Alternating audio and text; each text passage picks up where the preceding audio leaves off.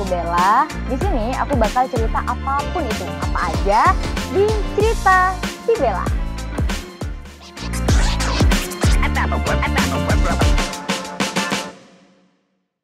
Nah, friends, di episode kali ini aku bakal cerita tentang frugal living nih.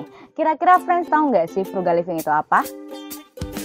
Nah, frugal living sendiri itu yaitu gaya hidup di mana seseorang itu berusaha untuk menghemat uang dan sumber daya pendapatannya secara bijak. Nah, melibatkan kesadaran yang tinggi terhadap pengeluaran, pemantauan anggaran, dan mencari cara untuk meminimalkan biaya dalam berbagai aspek kehidupan sehari-harinya. Itu frugal itu artinya sederhana kan, jadi hidup sederhana. Nah, lebih banyak ke orang-orang itu kalau ngeliat orang frugal living itu kayaknya pelit gitu. Tapi sesungguhnya mereka sudah menyadari apa sih kebutuhan mereka. Jadi nggak perlu neko-neko, nggak perlu gengsi, nggak perlu. Ya udah, butuhnya cuma ini aja. Nah, tujuan dari frugal living sendiri itu biasanya untuk memiliki kontrol lebih besar atas keuangan pribadi, mengurangi hutang, menabung lebih banyak, dan mencapai kebebasan finansial. Nah, tapi friends, frugal living itu bukan gaya hidup pelit ya, atau bukan dikatakan sebagai orang yang pelit. Nah, seperti yang udah dijelasin tadi, bahwa orang yang menerapkan gaya hidup frugal living ini mengeluarkan uang untuk hal yang benar-benar mereka butuhkan. Nah, sedangkan orang yang pelit ini tidak ingin mengeluarkan uang sepeser pun, bahkan ke hal yang sebenarnya mereka butuhkan, kayak gitu. Nah, biasanya friends tahu nggak sih kalau ada orang kadang dia itu pengen makan enak, tapi dia tuh nebeng ke temennya.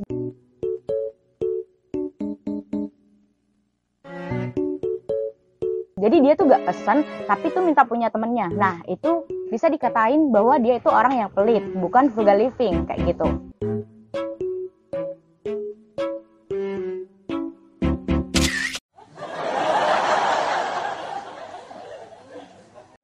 Ada lagi friends contohnya. Nah, kalau orang pelit itu biasanya tuh dia rela ataupun sengaja buat nahan lapar, terus memakai barang yang rusak dan gak mau keluar uang sepeser pun.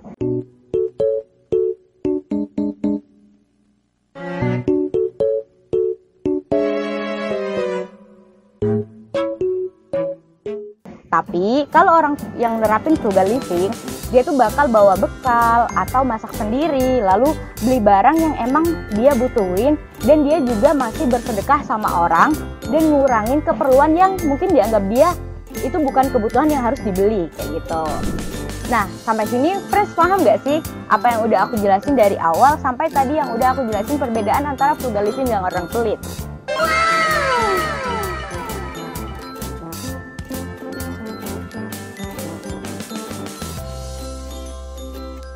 Nah, oke, aku sedikit cerita tentang aku nerapin frugal living di hidup aku ini. Jadi berawal dari beberapa semester lalu, dimana mungkin kita nggak tahu ya friends bahwa biaya cover dari orang tua itu selalu bisa mengcover kehidupan kita. Jadi ada masanya kita mendapatkan income yang turun dan ada saatnya income itu naik. Nah, saat itu ketika income dari keluarga aku menurun, di situ aku mulai berpikir untuk menerapkan frugal living ini. Contohnya aku menghemat dari semua biaya kehidupan yang dikasih orang tua aku, padahal itu emang sangat mepet, tapi gimana caranya kita bisa tetap hidup dengan uang seperti itu. Nah, sejak saat itu juga aku mulai mencoba mendaftarkan kerja meskipun di sela-sela kuliah, kayak gitu. Nah, dari situ aku bisa menabung buat ngebayar SPP aku ke depannya, seperti itu.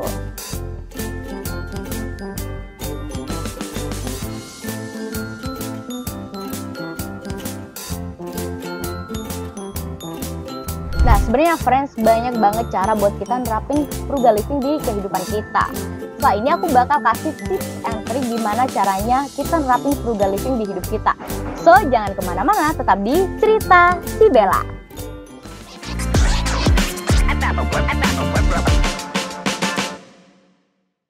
Yuk ikut aku rekap pengeluaran pasutri frugal dual income no cap. Aturan frugal living yang orang tua gue terapkan yang bisa bikin mereka dari jualan kue ketawa di sekolah, atur gaji ala frugal living dan sandwich generation.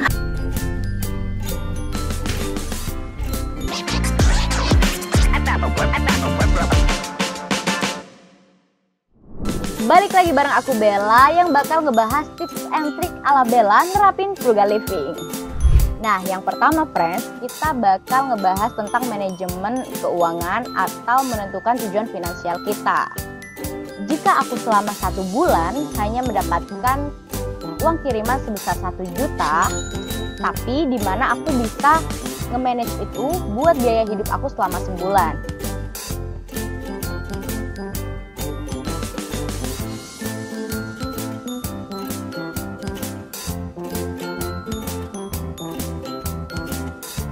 Nah, caranya ketika makan, aku selalu membawa bekal ketika saat ke kampus. Jadi selama 1 minggu aku hanya membutuhkan 50.000 buat biaya makan aku.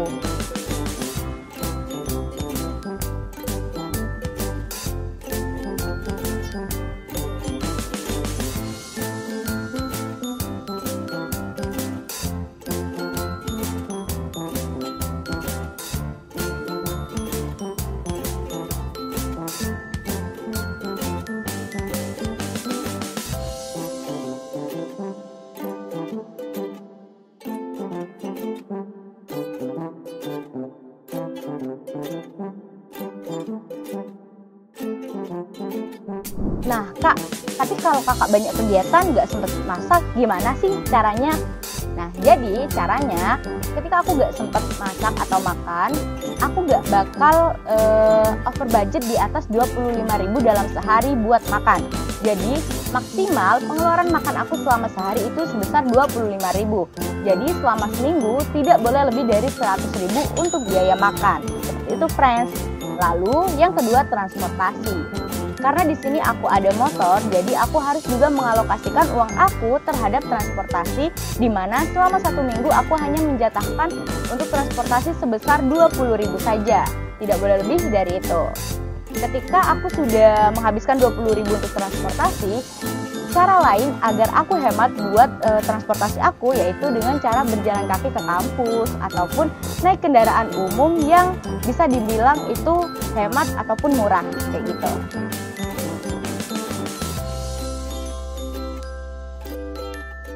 Nah, lalu yang keempat, aku selalu mengontrol penggunaan listrik saat tidak dibutuhkan.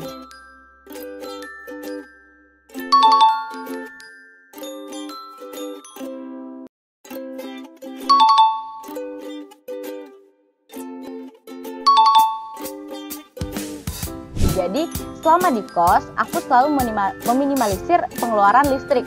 Jadi aku hanya nyalain lampu itu ketika emang pas malam doang, tapi ketika mau tidur aku selalu matiin lampu itu lagi kayak gitu. Jadi kita bisa menghemat biaya pengeluaran untuk membeli token listrik. Dan yang kelima, aku selalu mengalokasikan dana secara bijak. Contohnya kayak apa sih kak kita mengalokasikan dana secara bijak itu?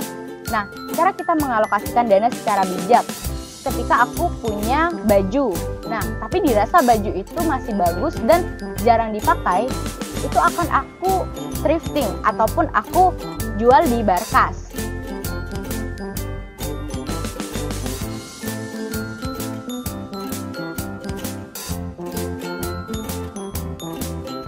Nah dari situ kita dapat mendapat keuntungan dari cara kita menjual barang yang sudah tidak terpakai lagi.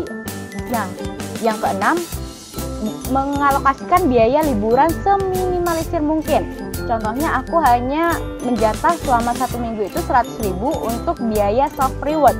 Self reward dalam artian ketika target hidup aku di 1 minggu itu sudah tercapai, aku baru mengeluarkan biaya liburan itu.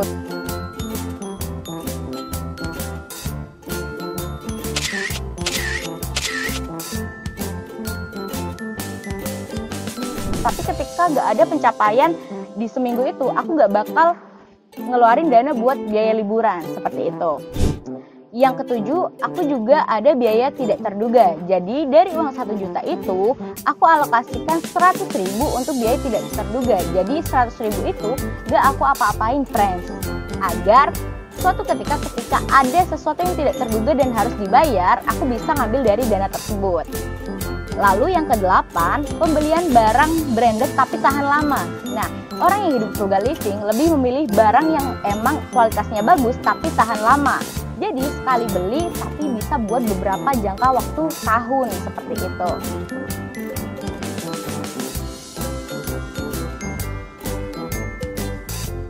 Dan yang terakhir, aku selalu menentukan skala prioritas.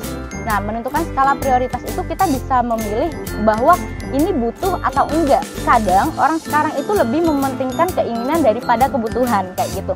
Jadi ketika ke mall jalan-jalan, tapi dia lebih memilih barang karena bagusnya, bukan karena butuhnya, seperti itu, friend.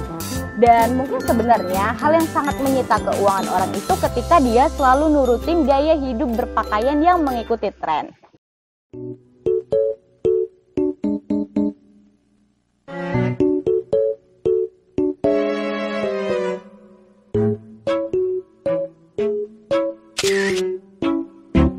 Nah, setelah ini aku bakal bagi tips gimana cara kita tetap nerapin frugal living, tapi style fashion kita tetap kece.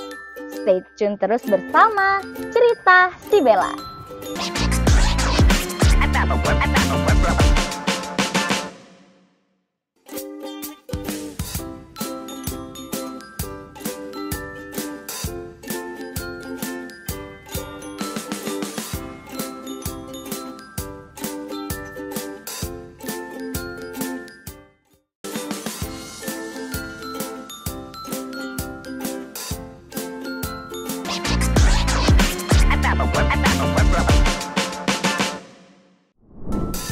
Oke friends, kali ini aku bakal ngebahas tentang fashion style tapi dalam ranah frugal living. Nah, yang pertama, aku selalu membeli pakaian yang timeless dan tidak lekang dari waktu.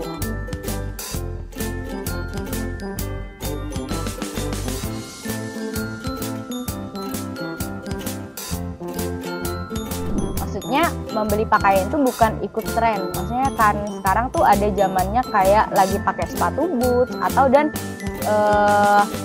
outfit yang emang hanya bisa dipakai dalam waktu saat ini doang, belum bisa dipakai dalam waktu jangka panjang kayak gitu. Nah, aku selalu mengurangi hal-hal seperti itu.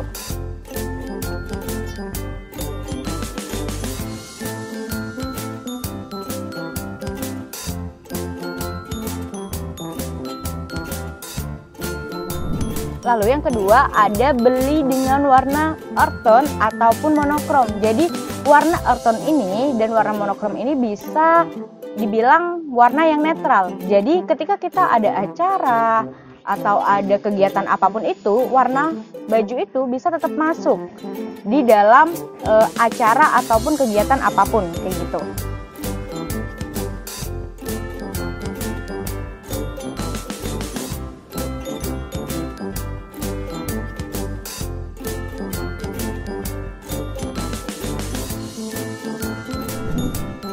Nah, selanjutnya aku selalu memisahkan antara baju semi formal, baju formal, dan juga baju casual.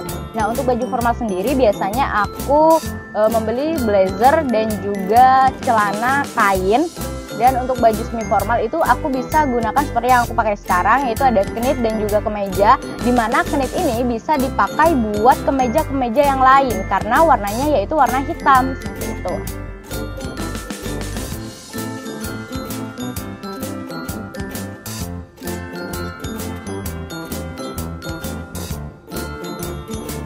Untuk baju casual sendiri, baju-baju mungkin seperti sweater ataupun hoodie yang dimana itu bisa dipakai buat main ataupun kegiatan-kegiatan yang santai kayak gitu. Dan untuk dalam membeli fashion ataupun baju, aku tuh selalu pakai material yang bagus tapi tahan lama. Nah, biasanya kayak gitu tuh dibilang bahwa harga bajunya sedikit pricey, tapi menurut aku sih nggak apa-apa ya pricey, tapi kan itu bisa dipakai buat dalam waktu jangka panjang daripada kita beli baju yang murah tapi setiap bulan kita selalu beli baju. Kalau di total harga pengeluaran baju murah tapi sering beli dengan harga baju mahal tapi rentan waktu yang tahan lama, itu bisa lebih hemat dibanding beli baju setiap bulan tapi bajunya yang murah kayak gitu. Nah, yang ketujuh, aku selalu mengurangi aksesoris saat berpakaian. Nah, jadi kita bisa menghemat uang aksesoris itu terhadap biaya tabungan atau biaya tak terduga di kehidupan kita.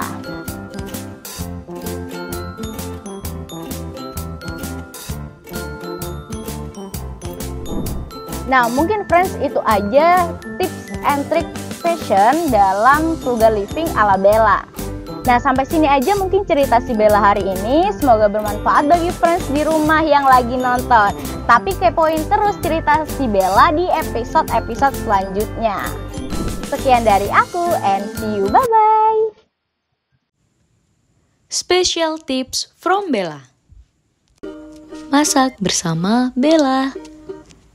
Yang pertama, kita rebus daging kambingnya terlebih dahulu agar empuk dan bau kambingnya hilang.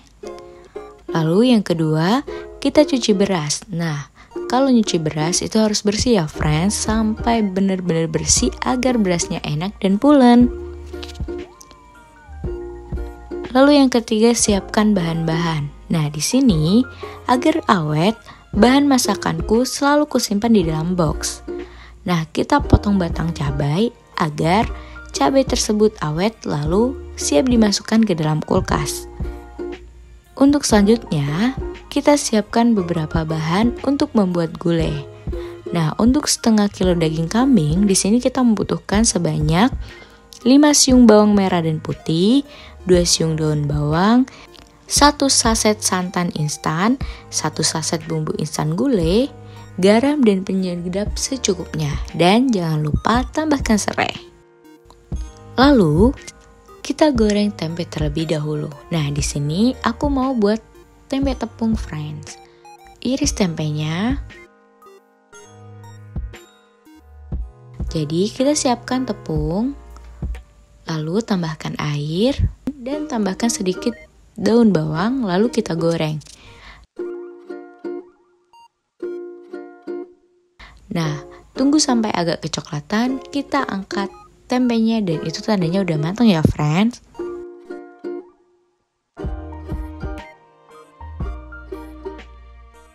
Langkah membuat gulai.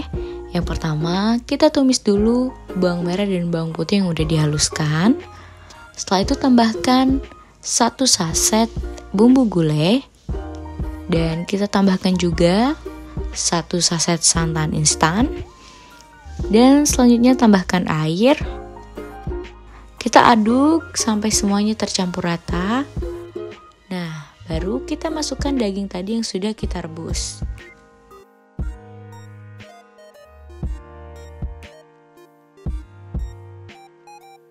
Setelah itu, kita tunggu sampai dagingnya empuk.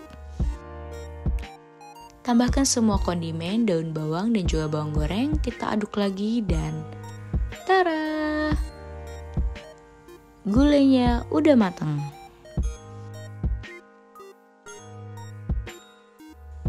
Tada!